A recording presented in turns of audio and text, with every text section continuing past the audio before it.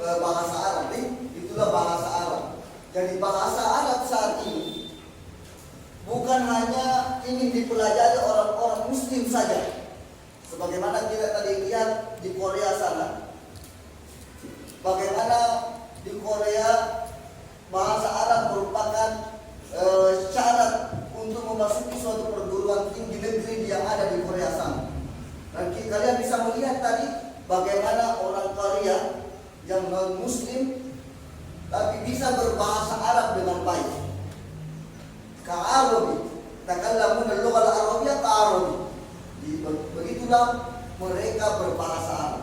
Jadi bahasa Arab bukan hanya saat ini digunakan bagi orang yang ingin mempelajari ilmu agama saja, tetapi bahasa Arab saat ini digunakan untuk bisa mendapatkan apa yang kita inginkan, baik itu materi maupun pengetahuan lainnya. Di Amerika, di Jepang, di Korea, semuanya memotivasi warganya untuk bisa belajar bahasa Arab, karena mereka berpikir dengan memahami bahasa Arab dia bisa mempelajari peradaban di Timur Tengah sana dan bisa memperlancar terkait dengan ekonomi dan bisnisnya di Timur Tengah. Maka tentu dari dasar di Madani ini, alhamdulillah sebagaimana kita sampaikan tadi, bahwa di Amerika sana orang yang mempunyai kompetensi di teknologi maka akan mendapatkan dari cuan yang begitu besar. Orang yang bisa berbahasa Arab, orang yang paling dicari di Amerika sana agar untuk mendapatkan upah yang besar pula demi untuk memperlancar komunikasi, memperlancar bisnis negara-negara yang di Timur Tengah. Maka itulah pentingnya kenapa kita mempelajari bahasa Arab. Selanjutnya, kenapa kita perlu mempelajari bahasa Arab? Karena bahasa Arab adalah lughatun ilmiyyah, bahasa sains. Jadi kalau di Madani ini mempunyai ciri teknologi dan sains, maka tentu dengan mempelajari bahasa Arab, tentu kita bisa mempelajari dengan baik berbagai ilmu pengetahuan. Kita tahu matematika, kedokteran, siapa yang mendapatkan aljabar, angka nol, itu adalah seorang Muslim yang memahami bahasa Arab dengan baik. Kedokteran, Ibnu Sina, orang yang memahami bahasa Arab dengan baik. Orang kalau mau mempelajari kedokteran dengan baik harus memahami bahasa Arab dengan baik. Akhir-akhir ini peneliti tentu meneliti terkait dengan ilmu kedokteran dan dasarnya adalah Al-Quran, dan Al-Quran itu berbahasa Arab. Oleh karenanya tadi kita telah mendengarkan bagaimana Syatibi menjelaskan bahwa orang yang ingin memahami dengan baik apa yang ada di dalam Al-Quran, hadis dan pengetahuan lainnya harus memahami dengan baik bahasa Arab. Maka bersyukur kita semua belajar bahasa Arab. Selanjutnya, anwa' ulum fil lughah al-arabiyyah. Apa-apa saja yang kita pelajari dalam bahasa Arab. Karena bahasa Arab itu sumbernya Al-Quran dan hadis, maka untuk memahaminya kita harus memahami berbagai rumpun ilmu yang ada di bahasa Arab. Yang pertama adalah ada nahwunya. Maka kenapa orang yang memahami bahasa Arab dengan baik bisa memahami Al-Quran dengan baik? Kenapa orang yang memahami bahasa Arab dengan baik bisa menghafal Al-Quran dengan baik pula? Yang pertama dengan nahwu.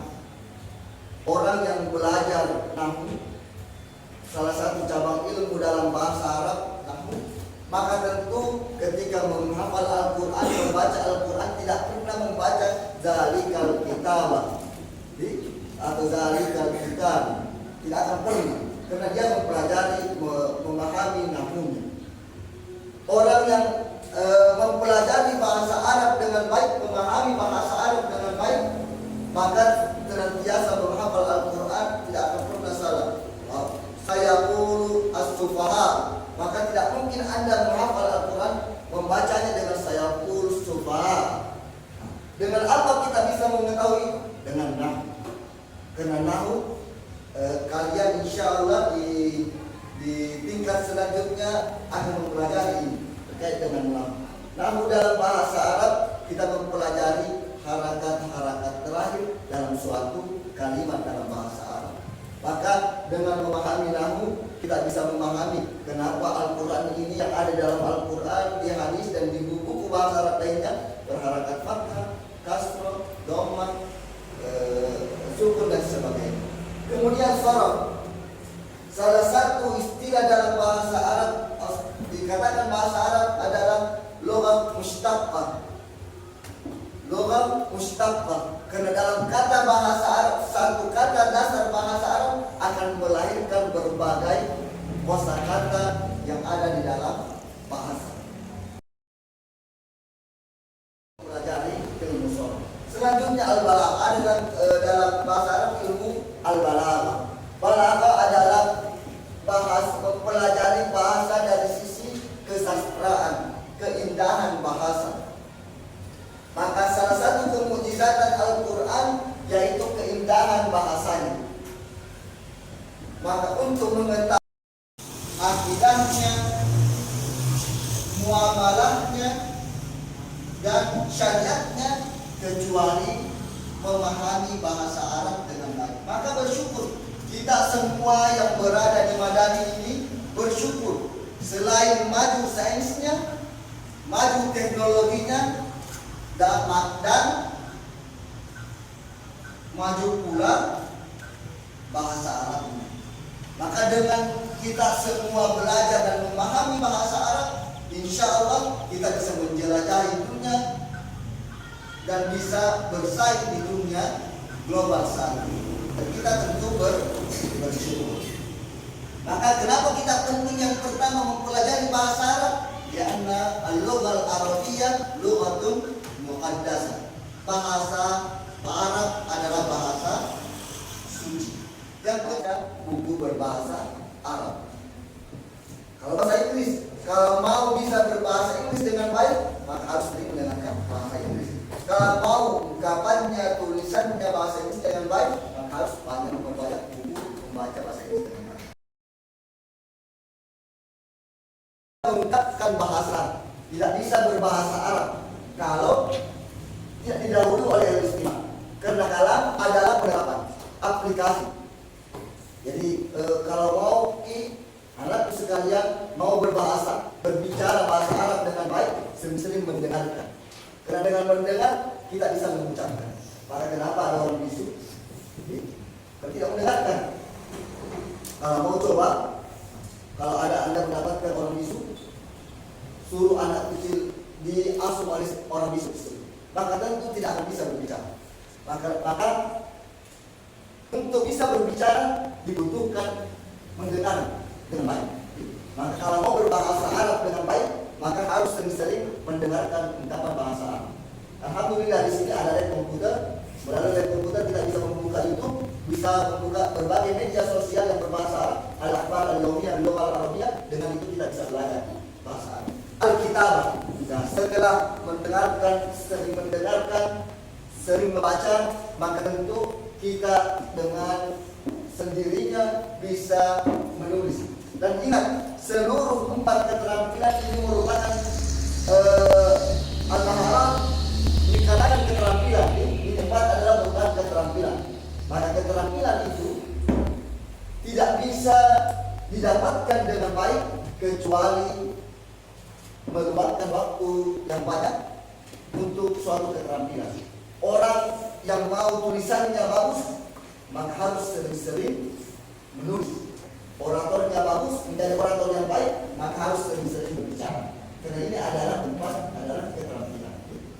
Kita berbagai hal yang sangat penting kita pelajari dalam bahasa. Selanjutnya ada fi ta'allum lughah al-arabiyyah. Apa sih adab-adab etika pahami dengan baik, anak-anakku pahami dengan baik ketika ingin mempelajari bahasa Arab. Pelajari bahasa Arab. Oke. Yang pertama adalah lihat ikhlas. Innamal a'malu binniyat. Seorang muslim tentu karena aku sudah memahami semua, belajar tentang tauhid, bahwa inna sholati wa nusuki wa mahyaya wa mamati lillahi rabbil alamin. Semuanya karena Allah Subhanahu wa ta'ala. Sama dengan belajar. Sama dengan belajar. Kita memahami bahwa apa yang kita dapatkan itu semua pemberian dari Allah Subhanahu wa ta'ala. Maka ketika kita ingin belajar, maka niatnya harus dilakukan. Harus niatkan dengan baik karena Allah Subhanahu wa ta'ala. Maka kalau kita belajar dengan memperbaiki niatnya karena Allah, maka Allah akan memudahkan segala pekerjaan kita. Ya. Yang kedua dalam belajar adalah sobat ustaz, menghormati guru. Menghormati guru. Ketika kita ingin belajar, maka hal yang penting yang harus dipahami oleh anak-anakku adalah sobat ustaz, menghormati guru kita. Di pesantren ini semua guru adalah orang tua kita, pengganti orang tua di rumah. Maka guru tentu harus ditempatkan pada tempat yang tinggi. Kita kalau mau belajar, biar dimudahkan dalam belajar, biar dimudahkan dalam menghafal, maka harus menghormati guru kita. Harus berbuat baik dengan guru kita, karena dengan itu Allah Subhanahu wa ta'ala memberikan kemudahan bagi kita untuk belajar. Karena orang yang tidak menghormati gurunya dengan baik, maka tentu akan mendapatkan kesulitan dalam belajar, terkhusus belajar bahasa Arab. Siapa yang kenal Imam Syafi'i? Siapa kenal? Siapa mendengar? Pernah dengar? Ya, sampai Imam Syafi'i salah satu dari 4 imam mazhab. Imam Syafi'i pernah belajar seperti kita ini. Dan Imam Syafi'i, ulama besar ini pun pernah mengalami kesusahan dalam belajar. Maka di dalam nanti kalian juga akan belajar. Dalam diwan Imam Syafi'i dijelaskan bahwa syaqautu ila waqi'in suwahibzi farsyadani ila tarkil ma'asi. Imam Syafi'i pernah mengalami susah menghafal, susah belajar, susah memahami pelajarannya, susah menghafal pelajarannya. Maka dia apa yang dilakukan Imam Syafi'i? Melapor ke gurunya tentang kesusahannya. Tapi apa nasihatnya? Farsyadani ila tarkil ma'asi. Diberikan nasihat untuk meninggalkan berbagai perbuatan buruk, kemaksiatan. Salah satu kemaksiatan yang bisa menghalangi seseorang ketika belajar adalah tidak menghormati seorang guru. Dan itu harus dipahami dengan baik oleh seluruh. Dan ketiga adalah sabar, as-sabr